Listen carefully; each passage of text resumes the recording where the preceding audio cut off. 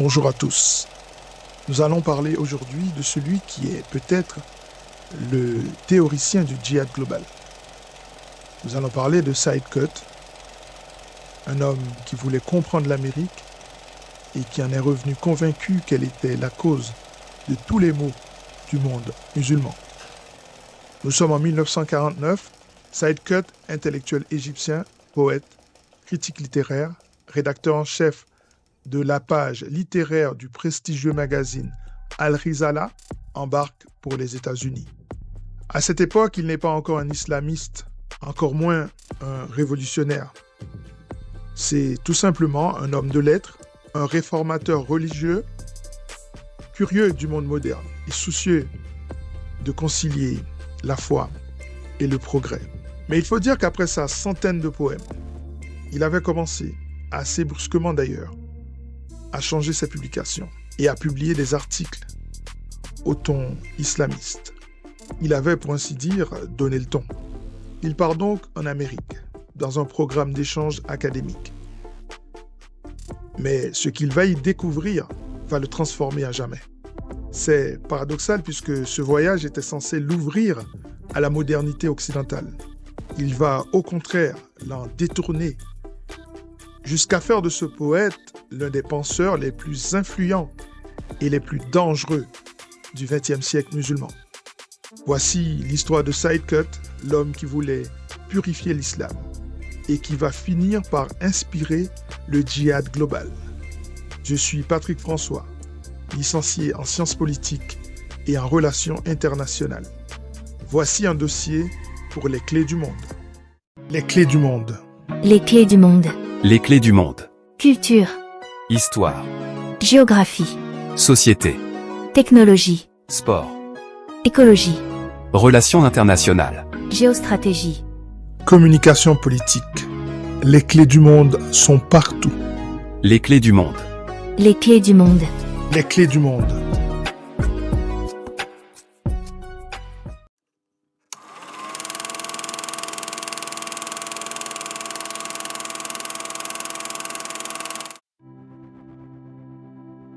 Quand Saïd Qutb débarque aux États-Unis, il n'est qu'un simple écrivain et pédagogue égyptien.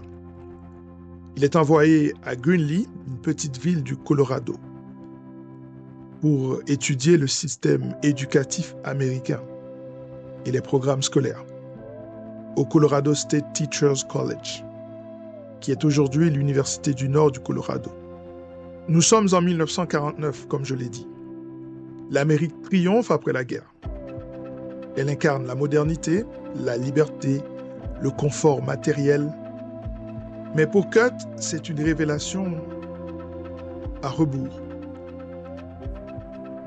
Il y voit une société obèse, matérialiste, obsédée par le plaisir, obsédée par la richesse et par la technologie.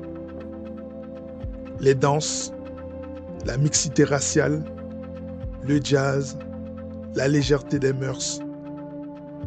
Tout cela lui paraît symptomatique d'une civilisation décadente, sans âme, où aucun musulman ne devrait aspirer à vivre. Dans ses lettres, il écrit « L'Américain n'a pas de spiritualité. Il vit pour la machine, non pour Dieu. » Ce qu'il interprète comme la victoire du matérialisme occidental devient pour lui la preuve d'un monde en décadence morale. Et peu à peu, dans son esprit, l'Occident n'est plus un modèle à imiter. Au contraire, il est un danger à combattre. Lorsqu'il rentre en Égypte, Qutb n'est plus le réformiste qu'il était. L'Amérique l'a transformé. L'Amérique l'a radicalisé. Il est convaincu que l'Occident corrompt et que le salut du monde musulman passe par une rupture totale avec cette influence néfaste. Mais qui est cet homme qui s'est radicalisé par la simple expérience occidentale?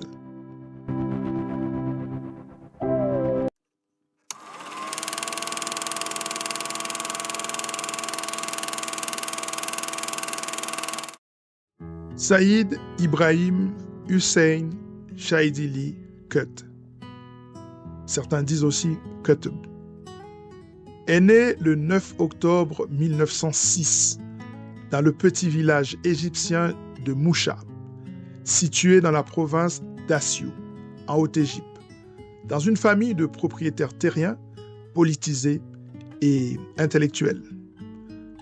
Son père s'intéressait à l'actualité politique et aimait réciter le Coran en public. Dès son plus jeune âge, le jeune Saïd découvre les récitations mélodiques du Coran, ce qui allait nourrir sa fibre artistique poétique.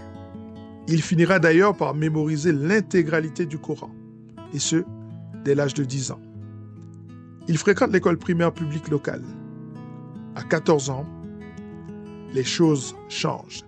Il s'installe au Caire. Il fréquente le lycée, puis l'Institut de formation des enseignants, Dar al-Ouloum, qui cherchait à concilier les voies traditionnelles et modernes.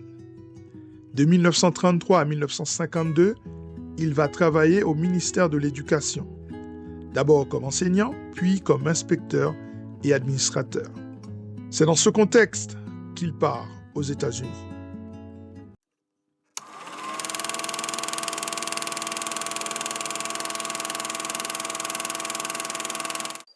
Dans les années 1950, Qutb rejoint les Frères musulmans, un mouvement religieux et politique fondé par Hassan al-Banna en 1928, après la chute de l'Empire ottoman.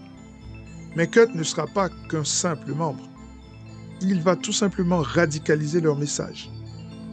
Hassan al-Banna prônait un islam social, éducatif et politique.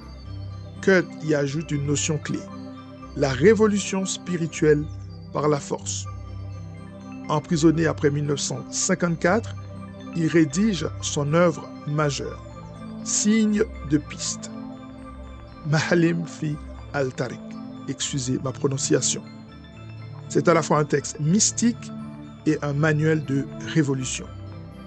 Qutb y développe une idée centrale. Le monde musulman vit dans un état de jahiliya, c'est-à-dire terme coranique qui désigne l'ignorance païenne devant l'islam. Autrement dit, les sociétés musulmanes se sont éloignées de Dieu, tout comme les civilisations anti-islamiques. De cette idée découle une conclusion radicale. Il ne suffit pas de prêcher la foi, il faut renverser les systèmes impies. C'est la naissance d'un islam politique, agressif et intolérant. Pour Qutb, la mission du croyant n'est plus seulement spirituelle, mais aussi politique.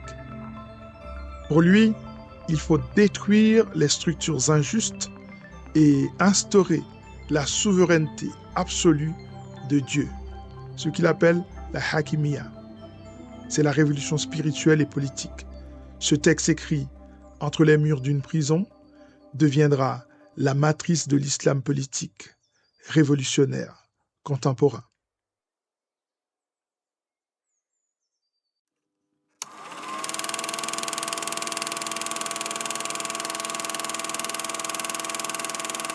Saïd Qutb ne parle pas seulement de religion, il parle de pouvoir. Il pense que l'islam doit redevenir le centre de la civilisation humaine et que pour cela, il faut un combat, un djihad contre l'ignorance moderne. Il affirme que tout régime qui légifère sans se référer à la charia est tout simplement illégitime. Même un État musulman qui légifère sans se référer à la charia est tout simplement illégitime. Et que tout croyant qui accepte cette situation est complice de la rébellion contre Dieu. Ainsi, le djihad n'est plus seulement une défense de l'islam contre les envahisseurs, il devient un devoir permanent, une guerre morale et politique contre les tyrans, les impies et même contre la société. Cette doctrine inédite dans sa radicalité va transformer la religion en idéologie révolutionnaire.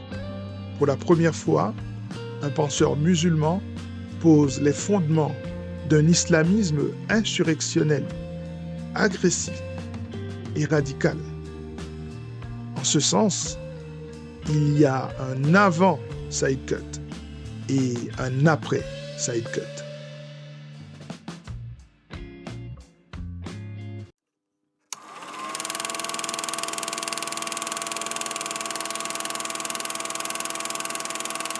Dans l'Égypte du début des années 50, minée par la corruption, la pauvreté et l'humiliation nationale, après la défaite face à Israël en 1948, un groupe de jeunes militaires nationalistes, issus pour la plupart de la petite bourgeoisie égyptienne, fonde le mouvement des officiers libres. Dirigé dans l'ombre par le colonel Gamal Abdel Nasser. Ce groupe vise à renverser la monarchie du roi Farouk Ier, jugé inféodé à la Grande-Bretagne, et surtout incapable de défendre les intérêts du peuple. Ainsi, dans la nuit du 22 au 23 juillet 1956, les officiers libres lancent un coup d'État, sans effusion de sang, prenant le contrôle du Caire et forçant le roi à abdiquer. D'abord dirigé publiquement par le général Mohamed Naguib, le mouvement passe rapidement sous le contrôle effectif de Nasser, qui devient le véritable homme fort du pays. C'est officiellement la révolution des officiers libres et l'ascension de Gamal Abdel Nasser. Cette révolution est importante parce qu'elle marque la fin du régime monarchique et le début de la République d'Égypte. Nasser va incarner alors le renouveau du monde arabe face à l'influence de l'Occident. Cette idée crée de l'enthousiasme dans le milieu nationaliste égyptien. Cut salue cette révolution. Il pense que ce régime nationaliste pourrait instaurer un État vertueux en Égypte.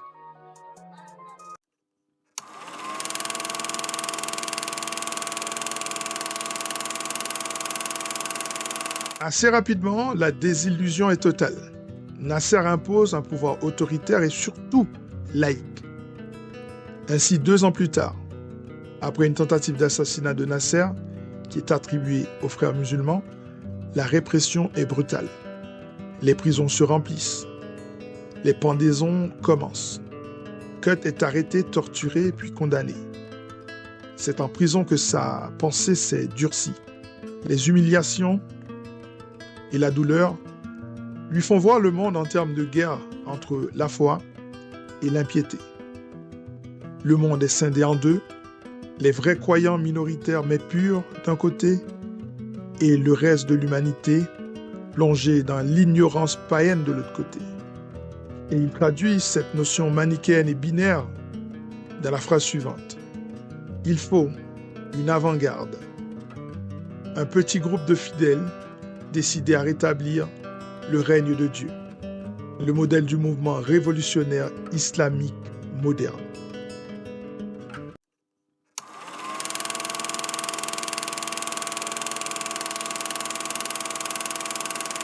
En 1965, les autorités égyptiennes accusent Cut d'avoir fomenté un nouveau complot contre la sûreté de l'État, visant à assassiner Nasser et à renverser son régime. Le procès est expéditif. Le 29 août 1966, Saïd Cut est pendu au Caire. Avant sa mort, on lui propose la grâce. S'il renie ses écrits, il refuse bien sûr. Et répond « Je laisse tout ça entre les mains de Dieu ». Pour ses disciples, il devient un martyr. Pour le pouvoir, il devient tout simplement un agitateur. Mais son exécution ne met pas fin à son influence. Au contraire, elle la déculpe. Ses écrits circulent clandestinement à travers le monde musulman. Chaque exemplaire devient un manifeste révolutionnaire. Son nom, un symbole de résistance spirituelle et politique. Même mort, et je dirais même surtout mort, Saïd Cut demeure une épine dans le pied du nasserisme.